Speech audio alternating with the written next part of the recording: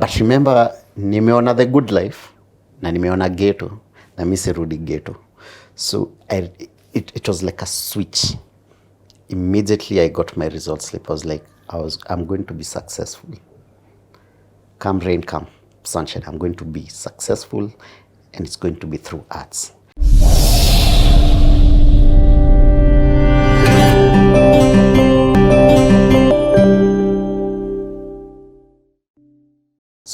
So at this point siwezi ingia kampo. Kwetu kwa nyumba yetu inajulikananga ukimaliza high school unaingia campus. Sasa wewe umetuletea C. Unataka kufanya nini? Best question ever. Because most, and I've seen it even with my own siblings, my own sisters, because you do so well in high school. Alafu uambie mzazi unataka kufanya hairdressing, and maybe that's your passion. Upeleke hairdressing. So inabidi tu umepelekwa kampo to do something maybe that you don't even like. Just because you're smart. Now for me, here I was with my grade, and my mom doesn't know what to do with me. So she asked me, what do you want to do? I said, cinema. I want to do film. And at that point, the only college offering film that she knew about was the Kenya Institute of Mass Communication in South B. Before that, I'd never even heard of KMC. So on the day I got my results, the next day tukapanda matatu tukaenda South B, I walked into those corridors of the film school and I was at home. Remember what I told you, my entire life, because niko ghetto, niko huku Babini, there's nowhere where I felt I fitted in. But the day I walked into KMC, I felt home. And then I got accepted into KMC, and now all these students I'm meeting, now I'm at home. Ebu just ngoja. You know, your story, there's something that's not clicking to me, and maybe I just need to ask. Where did this film passion come from? I'm trying, you know, it's the one thing in this story that is very confusing. When people ask me, introduce yourself, I say I am a film lover. I genuinely just love film. Like today, like my pastime, say ukiniambia, if you gave me an option to ende club ama to ende movie, mimi nitaenda movie. I just love film. I love being lost in that world. Before even being a filmmaker, I am a film lover. So basically what I do about film, my career being film, I do what I love. If there's something I love, is film. So simple. Were you always watching movies? Yes. Let me use your counterparts. When I've sat here with Njugush, amenipigia story ya drama school in the way of acting. When I've done here with Abel, he's telling me about movies, that the ghetto cinemas in school. So with you, nimesikia you talk about rugby. So I'm like, and then randomly you say, okay, kuna film. No. And then kuna film. I think I used to dedicate a whole Sunday for films. Because is that where it started? Yes, it is. Even now at that young age, in primary school, I even used najuita ninyorosha. But in my head, I used to be the Don who marries the leading lady in a film. The protagonist, not the antagonist, is it?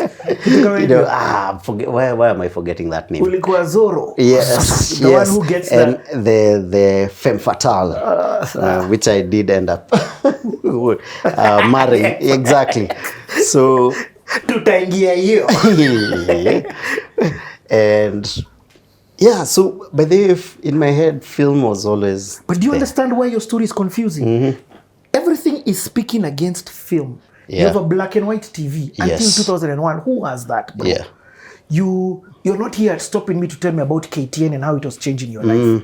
So I'm like, it's like this thing was in you, and I think I see, which is something I dealt with in my 30s.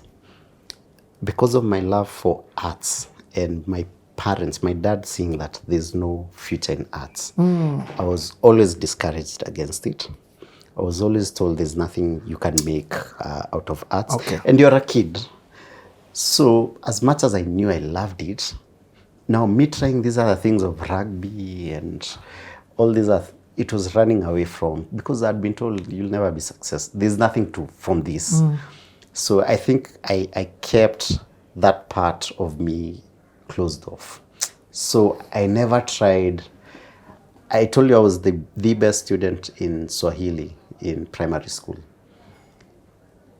I was naturally recruited for the Mjadala team, and I was good, but I quit because it was a performance thing, and I'm constantly hearing from home, hii kitu haitakusaidia.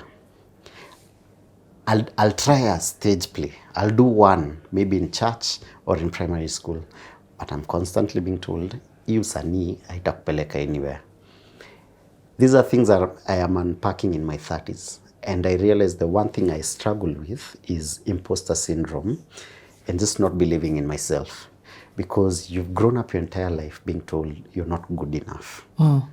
Because I was not good in sciences. I was not good in maths. And the arts that I'm good in, you're being told they will not amount to anything. So you grow up believing you're not good enough. So you you'll try something with arts inakubamba, but okay, it will never amount to anything. So I think I get you have explained it so well. Now it makes sense. Okay. Now nimeona the puzzle. All right. This is a thing that you could not proudly talk about. Yes. So even now when you're giving your story, you're not from these younger years. Yeah.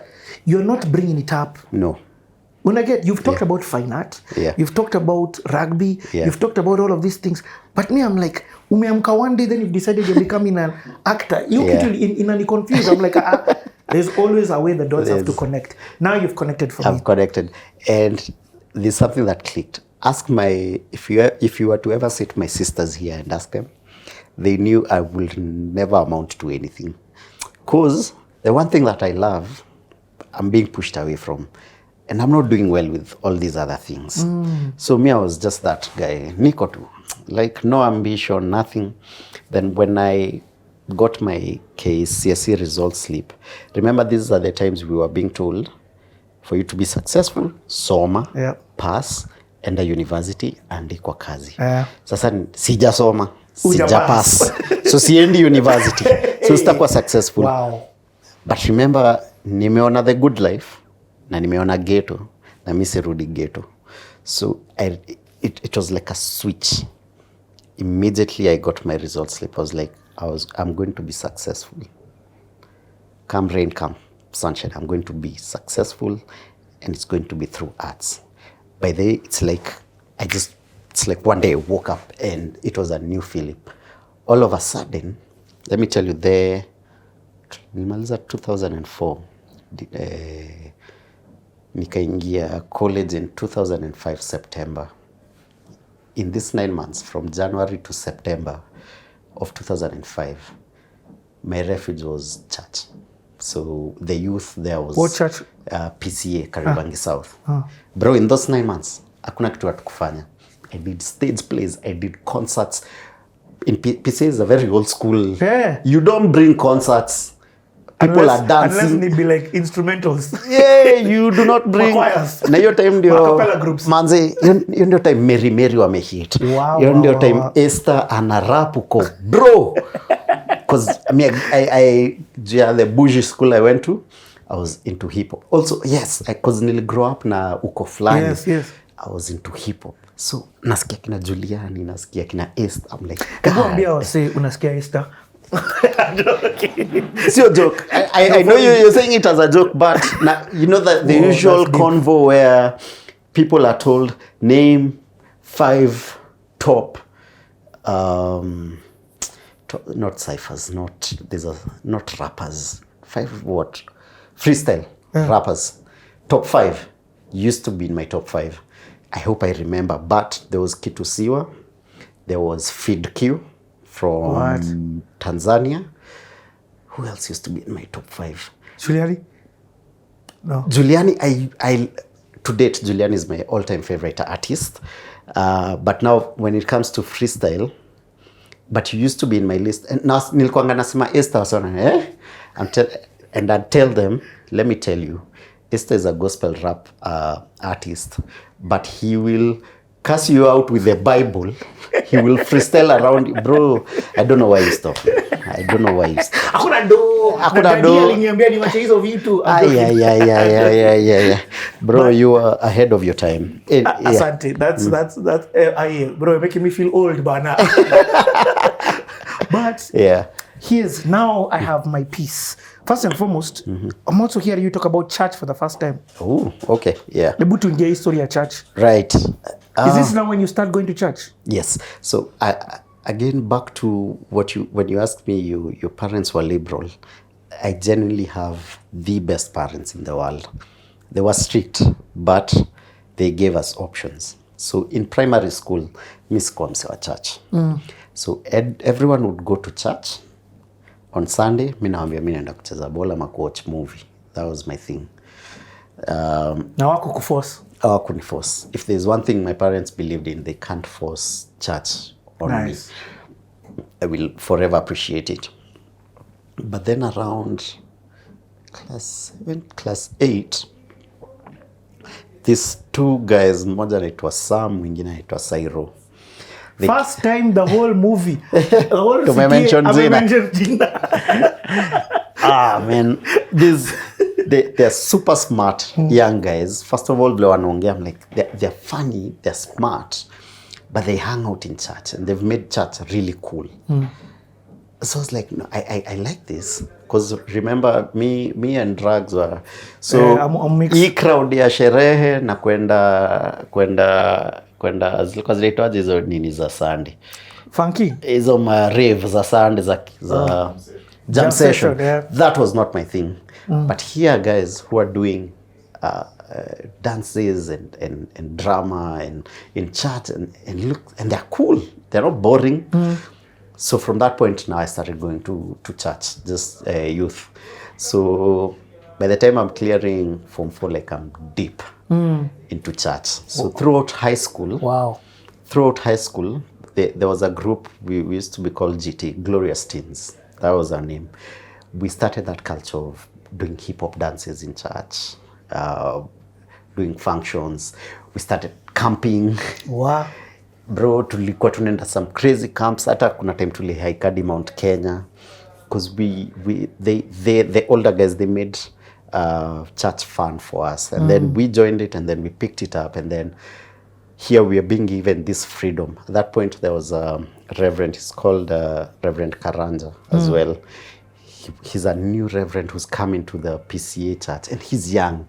So he's like, no, let these guys, let them do their thing. Nice. You know, so again, so now I clear Form 4 and then that 1 year before I joined. Your gap year. Your gap year before I joined Kole. Now I'm working hand in hand with this reverend and the leadership. I even got voted into the whatever of youth in our church. So the way PCA works, kuna parish, which is your church and the locality, and then zinaenda ziki whatever. But by the time I stopped being serious with church, I was being voted in youth leadership, like way up here. Yeah. Yes. And we made church fun because that was something that our reverend then used to say, we need to find a way to bring young people to church. So manze, yo gap here. Manze, we made the church buy a pool table. What? In church. PCA. Pool table, walibai, pool table, table tennis, darts. And the reverend is telling the parents, look, I know these are things that you'll find in a bar or in a club. But because we want our kids to come to church, situzibai, ni games too. So Monday to Sunday, you're just hanging out in church. Because it's fun. So as you're doing all these activities, pia mko na Bible study, you know. So you're growing in your faith in church, but you're going there for the fun.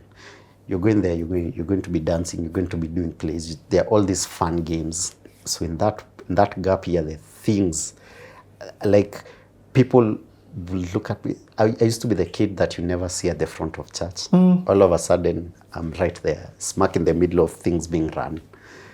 You know. You get that story so deep. Because you know that gap year, when you can now get lost proper. 100%. Proper. Yeah. And especially you've lost your father figure. Yes. So it's perfect reason to get lost. Kabisa. Wow. Okay. Yeah. Another thing that I love about your story. Yeah. For the first time you've said belong. When now you're joining college. Yeah. You found your tribe. Yes. It's like throughout this whole time, as much as you were being exposed and entering all these different places, you felt misfits. Yeah. Or you didn't feel that feeling like, this is my people. Right. So what year do you join? And now let's enter college. Yeah. So, Kenya Institute of Mass Communication. 2005, September.